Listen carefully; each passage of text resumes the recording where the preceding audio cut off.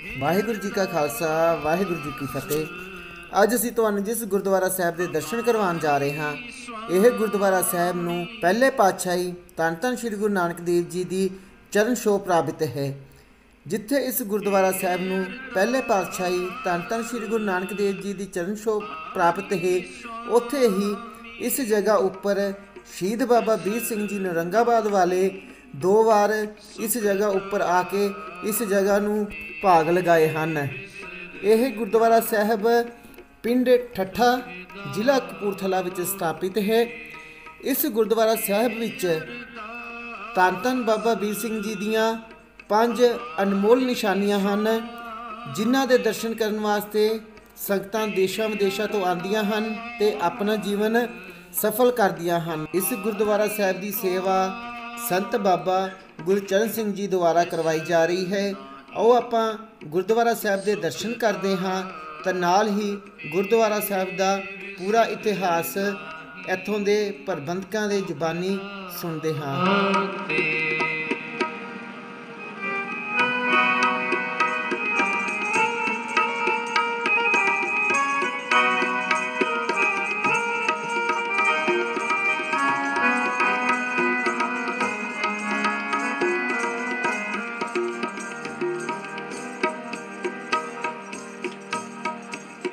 तेरा पाना तू है मनाए,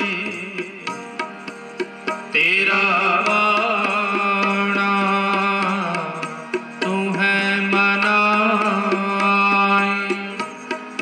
जिसनो वो है दयाला, जिसनो वो है साई भगत जो तुत पावे, साई भगत जो तुत पावे, तू सर्ब जिया प्रतिपाला, तू सर्ब जिया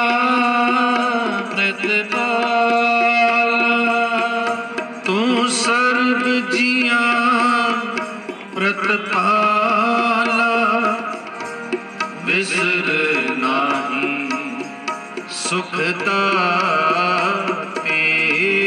बिसर नाही सुख दाते, एह अरदास हमारी स्वामी, एह अरदास हमारी स्वामी, विसर नाही सुख दाते, विसर नाही सुख दाते।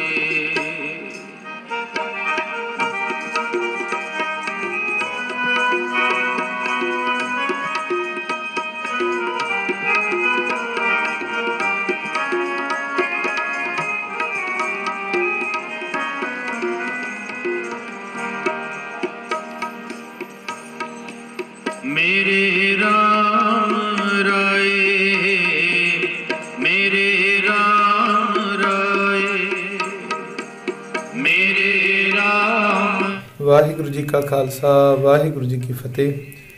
गुरु प्यारी साध संगत जी, अज भाई साहब जी इस स्थान ते गुरुद्वारा दमदमा साहिब विखे ठट्ठा टिब्बा इस स्थान ते पहुँचे हैं, जो बाबा वीर सिंह जी ਦੀਆਂ ਨਿਸ਼ਾਨੀਆਂ ਦੇ ਵਾਸਤੇ।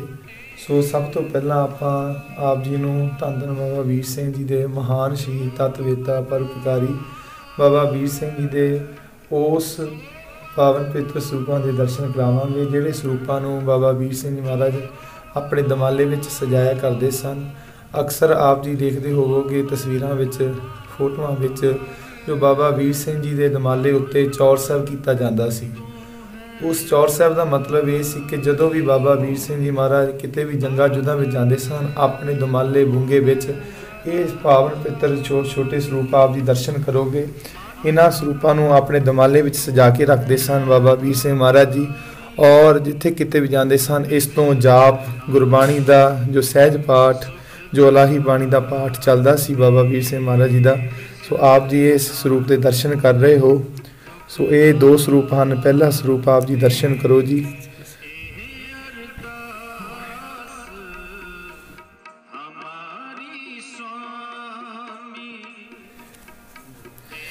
ਇਹ ਗੁਰੂ ਕੀ ਸੰਗਤ ਇਸ ਦੁਨੀਆ ਦੇ ਸਭ ਤੋਂ ਛੋਟੇ ਸਰੂਪ ਹਨ ਜੋ ਬਾਬਾ ਵੀਰ ਸਿੰਘ ਜੀ ਦੇ ਮਹਾਰਾਜ ਦੇ ਆਪਣੇ ਦੁਮਾਲੇ ਵਿੱਚ ਬੁੰਗੇ ਵਿੱਚ ਸਜਾਇਆ ਕਰਦੇ ਸਨ।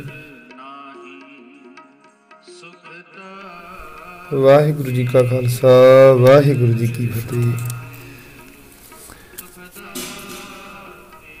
ਸੋ ਨਾਲ ਇਹਦੇ ਇੱਕ ਮਾਈਕਰੋ ਗਲਾਸ ਵੀ ਹੈ ਜਿਹਦੇ ਨਾਲ ਇਸ ਤੋਂ ਜਾਪ ਕੀਤਾ ਜਾਂਦਾ ਸੀ। ਸੋ ਗੁਰੂ ਕੀ ਸੰਗਤ ਇਹ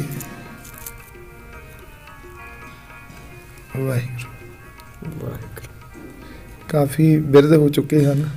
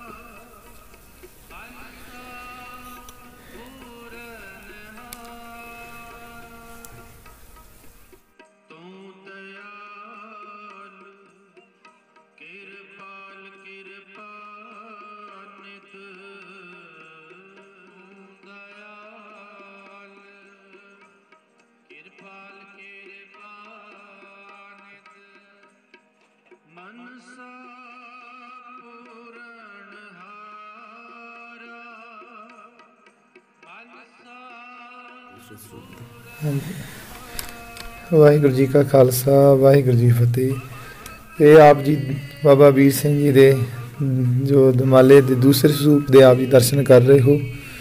ਕਾਫੀ ਬਿਰਧ ਹੋ ਚੁੱਕਾ ਹੈ।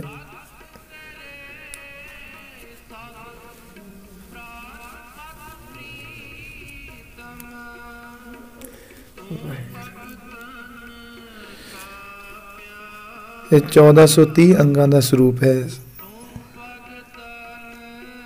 ਔਰ ਹਰ ਵੇਲੇ ਬਾਬਾ ਵੀਰ ਸਿੰਘ ਮਹਾਰਾਜ ਦਾ ਇਸ ਤੋਂ ਜੰਗਾਂ ਯੁੱਧਾਂ ਦੇ ਸਮਾਂ ਵਿੱਚ ਵੀ ਜੋ ਗੁਰਬਾਣੀ ਦਾ ਜਾਪ ਚੱਲਦਾ ਸੀ। ਬਾਬਾ ਜਿਹੜੇ ਦੇ ਬੰਨਿਆਲ ਉੱਪਰ ਹੈਗਾ ਸੋਨਾ ਲੱਗਿਆ ਹੋਇਆ ਜੀ, ਆ ਜਿਹੜਾ ਗੋਲਡਨ ਹੈ।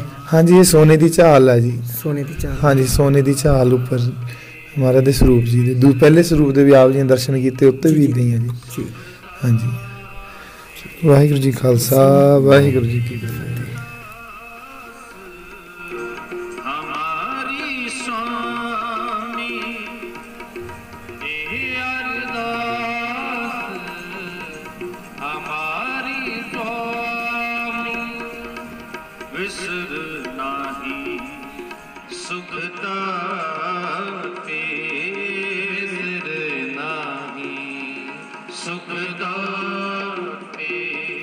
ਵਾਹਿਗੁਰੂ ਜੀ ਖਾਲਸਾ, ਵਾਹਿਗੁਰੂ ਜੀ ਕੀ ਫਤਿਹ। ਪਾਵਨ ਸਰੂਪਾਂ ਤੋਂ ਬਾਅਦ ਇਹ ਧੰਨ ਧੰਨ ਬਾਬਾ ਵੀਰ ਸਿੰਘ ਮਹਾਰਾਜ ਜੀ ਦਾ ਗਾਤਰਾ ਸਾਹਿਬ ਹੈ। ਜਦੋਂ ਬਾਬਾ ਜੀ ਦੀ ਸ਼ਹੀਦੀ ਉਸ ਟਾਈਮ ਇਸ ਨੂੰ ਬਾਬਾ ਜੀ ਨੇ ਪਹਿਨਿਆ ਹੋਇਆ ਸੀ, ਪਾਇਆ ਹੋਇਆ ਸੀ, ਧਾਰਨ ਕੀਤਾ ਹੋਇਆ ਸੀ। ਕਾਫੀ ਬਿਰਧ ਹੋਣ ਕਰਕੇ ਇਹਦੀ ਇਹ ਹਾਲਤ ਹੋ ਚੁੱਕੀ ਹੈ, ਕਿਉਂਕਿ ਇੱਕ ਵਾਰ ਸਿੰਘ ਨੇ ਇਸ ਨੂੰ ਪਾਣੀ ਦੇ ਨਾਲ ਇਸ਼ਨਾਨ ਕਰਵਾਇਆ, ਉਸ ਤੋਂ ਬਾਅਦ ਇਹ ਕੁਛ ਇਸ ਤਰ੍ਹਾਂ ਇਹਦਾ ਹਾਲਤ ਹੋ ਚੁੱਕੀ। ਸੋ ਆਪ ਜੀ ਦਰਸ਼ਨ ਕਰ ਰਹੇ ਹੋ ਬਾਬਾ ਵੀਰ ਸਿੰਘ ਮਹਾਰਾਜ ਜੀ ਦੇ ਗਾਤਰੇ ਸਾਹਿਬ ਦੇ।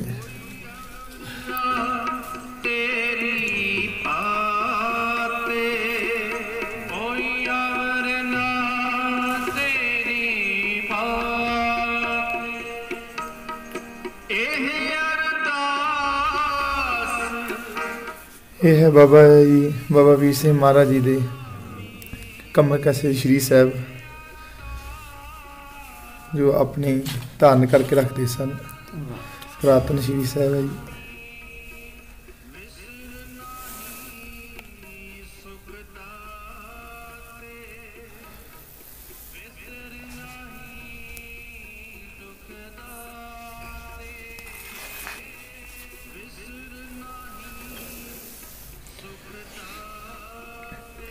ਇਹ ਹੈ ਬਾਬਾ ਜੀ ਦਾ ਕਛਹਿਰਾ ਜੀ, ਕਛਹਿਰਾ ਸਾਹਿਬ। ਬਾਬਾ ਜੀ ਜਦੋਂ ਸ਼ਹੀਦੀ ਹੋਈ ਤੇ ਉਦੋਂ ਇਹ ਕਛਹਿਰਾ ਬਾਬਾ ਜੀ ਨੇ ਪਹਿਨਿਆ ਹੋਇਆ ਸੀ, ਧਾਰਨ ਕੀਤਾ ਹੋਇਆ ਸੀ, ਤੇ ਇਸ ਤੇ ਖੂਨ ਦੇ ਨਿਸ਼ਾਨ ਵੀ ਹਨ ਬਾਬਾ ਜੀ ਦੇ ਸ਼ਹੀਦੀ ਦੇ। ਜੀ ਜੀ।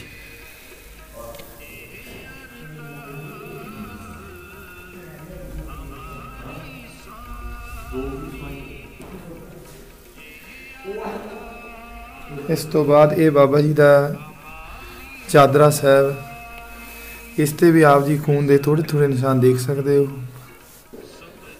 ਜਦੋਂ ਬਾਬਾ ਜੀ ਦੀ ਸ਼ਹੀਦੀ ਹੋਈ ਤੇ ਉਸ ਟਾਈਮ ਇਹੀ ਚਾਦਰੇ ਦੇ ਉੱਤੇ ਬਾਬਾ ਵੀਰ ਸਿੰਘ ਮਹਾਰਾਜ ਜੀ ਦੀ ਸ਼ਹੀਦੀ ਹੋਈ।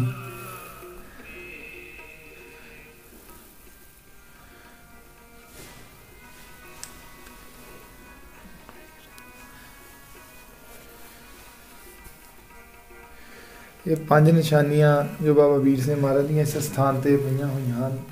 ਪਹਿਲੇ ਸਰੂਪ, ਦੂਸਰਾ ਸ਼੍ਰੀ ਸਾਹਿਬ, ਗਾਤਰਾ ਸਾਹਿਬ, ਕਛਹਿਰਾ ਸਾਹਿਬ ਤੇ ਚਾਦਰਾ ਸਾਹਿਬ। 5 ਨਿਸ਼ਾਨੀਆਂ ਇਸ ਸਥਾਨ ਤੇ ਬਾਬਾ ਵੀਰ ਸਿੰਘ ਮਹਾਰਾਜ ਦੀਆਂ ਪਈਆਂ ਹੋਈਆਂ ਹਨ, ਜੋ ਪੁਰਾਤਨ ਨਿਸ਼ਾਨੀਆਂ ਦੇ ਵਜੋਂ ਇੱਥੇ ਸਾਂਭ ਕੇ ਰੱਖੀਆਂ ਹੋਈਆਂ ਹਨ।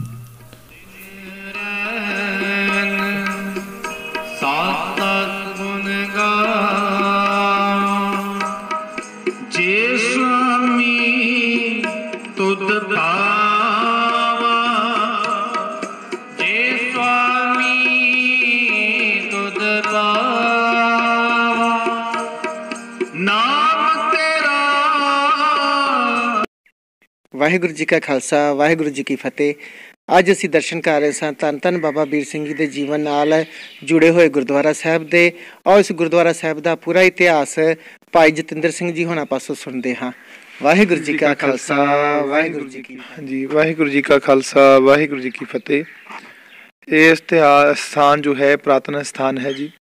ਇੱਥੇ ਪਹਿਲਾਂ ਜਦੋਂ ਧੰਨ ਗੁਰੂ ਨਾਨਕ ਪਾਤਸ਼ਾਹ ਜੀ, ਪਹਿਲੀ ਪਾਤਸ਼ਾਹੀ ਜਗਤ ਜਲੰਧਰ ਧੰਨ ਸ਼੍ਰੀ ਗੁਰੂ ਨਾਨਕ ਦੇਵ ਮਹਾਰਾਜ ਜੀ, ਇਸ ਸਥਾਨ ਤੇ ਜੋ ਚੰਨ ਛੋਹ ਦੀ ਧਰਤੀ ਹੈ, ਸਥਾਨ ਤੇ ਚੰਨ ਪਏ ਹਨ ਧੰਨ ਸ਼੍ਰੀ ਗੁਰੂ ਨਾਨਕ ਦੇਵ ਮਹਾਰਾਜ ਜੀ ਦੇ।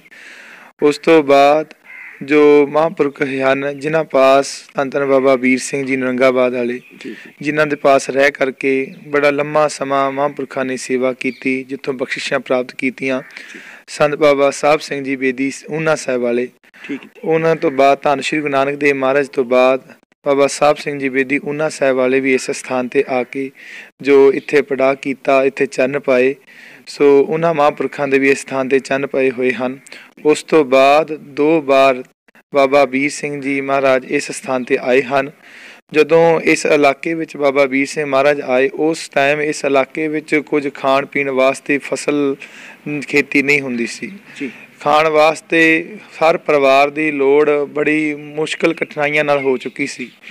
ਔਰ ਜਦੋਂ ਬਾਬਾ ਵੀਰ ਸਿੰਘ ਮਹਾਰਾਜ ਇਸ ਸਥਾਨ ਤੇ ਆਏ, ਸੋ ਇਸ ਇਲਾਕੇ ਦੇ ਰਹਿਣ ਵਾਲੇ ਲੋਕਾਂ ਨੇ ਫਰਿਆਦ ਕੀਤੀ, ਬੇਨਤੀ ਕੀਤੀ ਕਿ ਬਾਬਾ ਜੀ ਕਿਰਪਾ ਕਰੋ, ਸਾਡੇ ਕੋਲ ਤਾਂ ਕੁਝ ਖਾਣ ਵਾਸਤੇ ਵੀ ਇੱਥੇ ਫਸਲ ਨਹੀਂ ਉਗਾਈ ਜਾਂਦੀ, ਕਿਉਂਕਿ ਧਰਤੀ ਇੱਥੇ ਦੀ ਇਹੋ ਜਿਹੀ ਉਪਜਾਊ ਨਹੀਂ ਹੈ।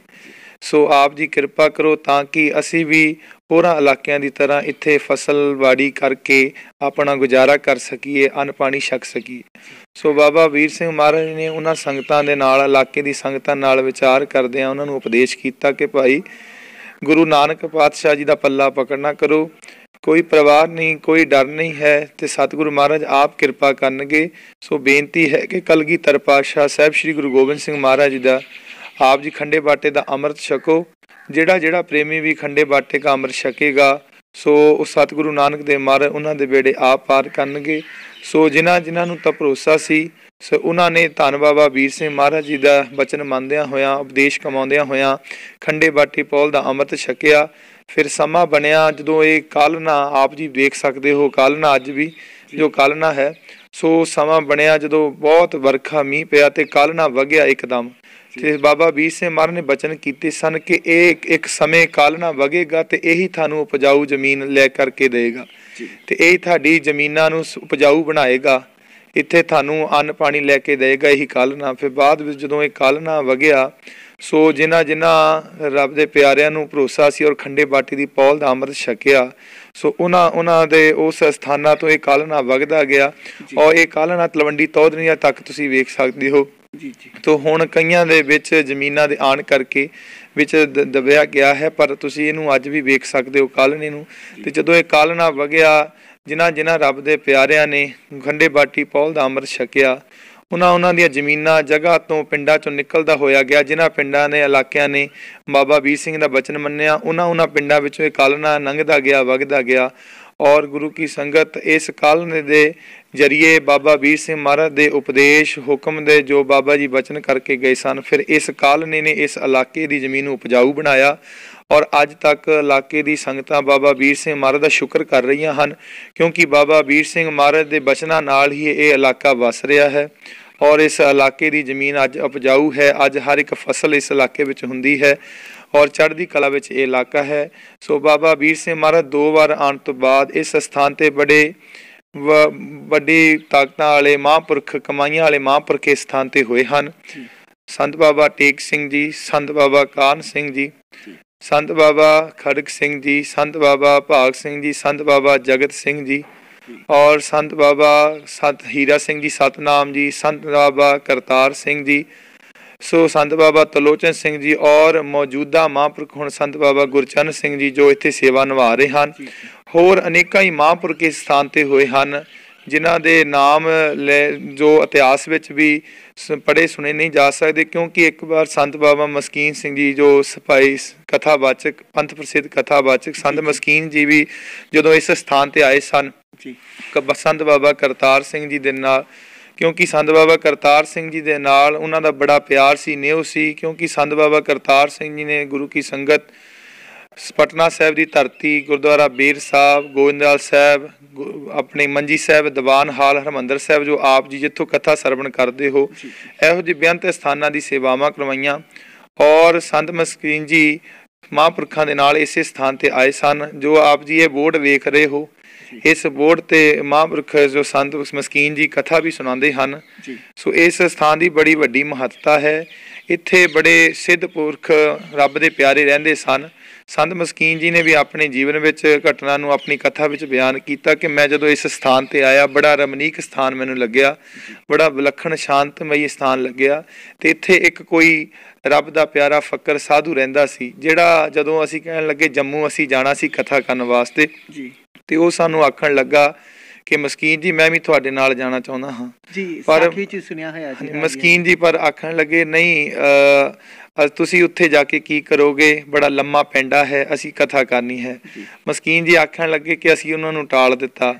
ਪਰ ਜਦੋਂ ਅਸੀਂ ਰਸਤੇ ਵਿੱਚ ਜੰਮੂ ਨੂੰ ਜਾਂਦੇ ਹਾਂ, ਭੁੱਖ ਪਿਆਸ ਲੱਗੀ, ਰੁਕੇ, ਅਤੇ ਜਦੋਂ ਕਾਰ ਵਿੱਚੋਂ ਉਤਰੇ ਤੇ ਸਾਹਮਣੇ ਉਹ ਖੜੇ ਸਨ। ਇਹੋ ਜਿਹੇ ਰੱਬ ਦੇ ਪਿਆਰੇ ਇਸ ਸਥਾਨ 'ਤੇ ਹੋਏ ਹਨ, ਜਿਨ੍ਹਾਂ ਦਾ ਜ਼ਿਕਰ ਆਉਂਦਾ ਹੈ। ਗੁਰੂ ਕੀ ਸੰਗਤ ਬੜੀ ਚੜ੍ਹਦੀ ਕਲਾ ਵਾਲਾ ਸਥਾਨ ਹੈ। ਗੁਰਦੁਆਰਾ ਦਮਦਮਾ ਸਾਹਿਬ ਠੱਠਾ ਵਿਖੇ, ਜੋ ਜਿਸ ਨੂੰ ਸੰਸਾਰ ਭਰ ਵਿੱਚ ਠੱਠਾ ਟਿੱਬਾ ਕਰਕੇ ਜਾਣਿਆ ਜਾਂਦਾ ਹੈ। ਸੋ ਇੱਥੇ ਮਹਾਂਪੁਰਖਾਂ ਦੀਆਂ, ਬਾਬਾ ਵੀਰ ਸਿੰਘ ਮਹਾਰਾਜ ਦੀਆਂ ਜੋ ਪੁਰਾਤਨ 5 ਨਿਸ਼ਾਨੀਆਂ, ਜਿਨ੍ਹਾਂ ਦੇ ਆਪ ਜੀ ਦਰਸ਼ਨ ਵੀ ਕਰਕੇ ਹਟੇ ਹੋ, ਸੋ 5 ਨਿਸ਼ਾਨੀਆਂ ਪਈਆਂ ਹਨ। ਸੋ ਹਰ ਸਾਲ ਦੇ ਵਿੱਚ 27 ਵਿਸਾਖ ਨੂੰ ਇੱਥੇ ਧੰਨ ਧੰਨ ਬਾਬਾ ਵੀਰ ਸਿੰਘ ਮਹਾਰਾਜ ਦਾ ਜੋ ਸ਼ਹੀਦੀ ਜੋੜ ਦਿਹਾੜਾ ਮਨਾਇਆ ਜਾਂਦਾ ਹੈ, ਸਮਾਗਮ ਮਨਾਇਆ ਜਾਂਦਾ ਹੈ, ਜਿਸ ਨੂੰ 27 ਦਾ ਜੋੜ ਮੇਲਾ ਕਹਿ ਕੇ ਜਾਣਿਆ ਜਾਂਦਾ ਹੈ। ਸੋ ਇਹ ਇਸ ਸਥਾਨ ਦਾ ਜੋ ਇਤਿਹਾਸ ਹੈ। ਇਤਨੀ ਕੁ ਬੇਨਤੀ ਪ੍ਰਵਾਨ ਕਰਨੀ ਜੀ। ਵਾਹਿਗੁਰੂ ਜੀ ਕਾ ਖਾਲਸਾ, ਵਾਹਿਗੁਰੂ ਜੀ ਕੀ ਫਤਿਹ। ਇਹ ਸੀ ਇਤਿਹਾਸ ਗੁਰਦੁਆਰਾ ਧੰਨ ਧੰਨ ਬਾਬਾ ਵੀਰ ਸਿੰਘ ਜੀ ਨੌਰੰਗਾਬਾਦ ਵਾਲੇ ਜੀ ਦਾ। ਤੁਸੀਂ ਬਣੇ ਰਹੋ ਸਾਡੇ ਚੈਨਲ ਦੇ ਨਾਲ। ਧੰਨਵਾਦ ਜੀ।